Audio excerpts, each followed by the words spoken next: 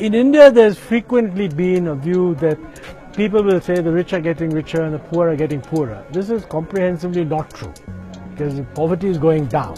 What is true is that, the poor are no longer just interested in crossing the poverty line. They want to have a much better access to employment opportunities. And there we're not doing as well as I would have hoped. In the US, what has happened is a very, very large proportion of the growth of income has been appropriated by the top 1% or the top 0.1 of 1%. Incomes at the middle have actually remained stagnant in real terms. This is not the situation in India. It's true that our Gini coefficient for income is of course much higher.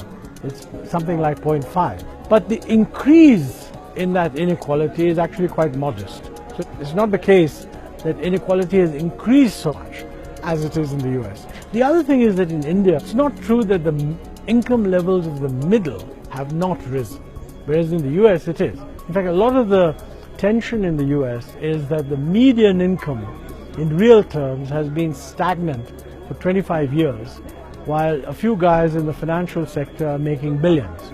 Here, the rich are making more money and growing a little faster than the others, but the middle is also growing. The real question is, are you happier with a lower growth rate but with equality, as opposed to a higher growth rate with some increase in inequality?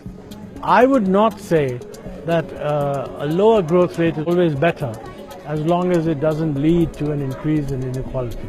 Some increase in inequality will be tolerated if the growth rate is high enough so that everybody is getting better off.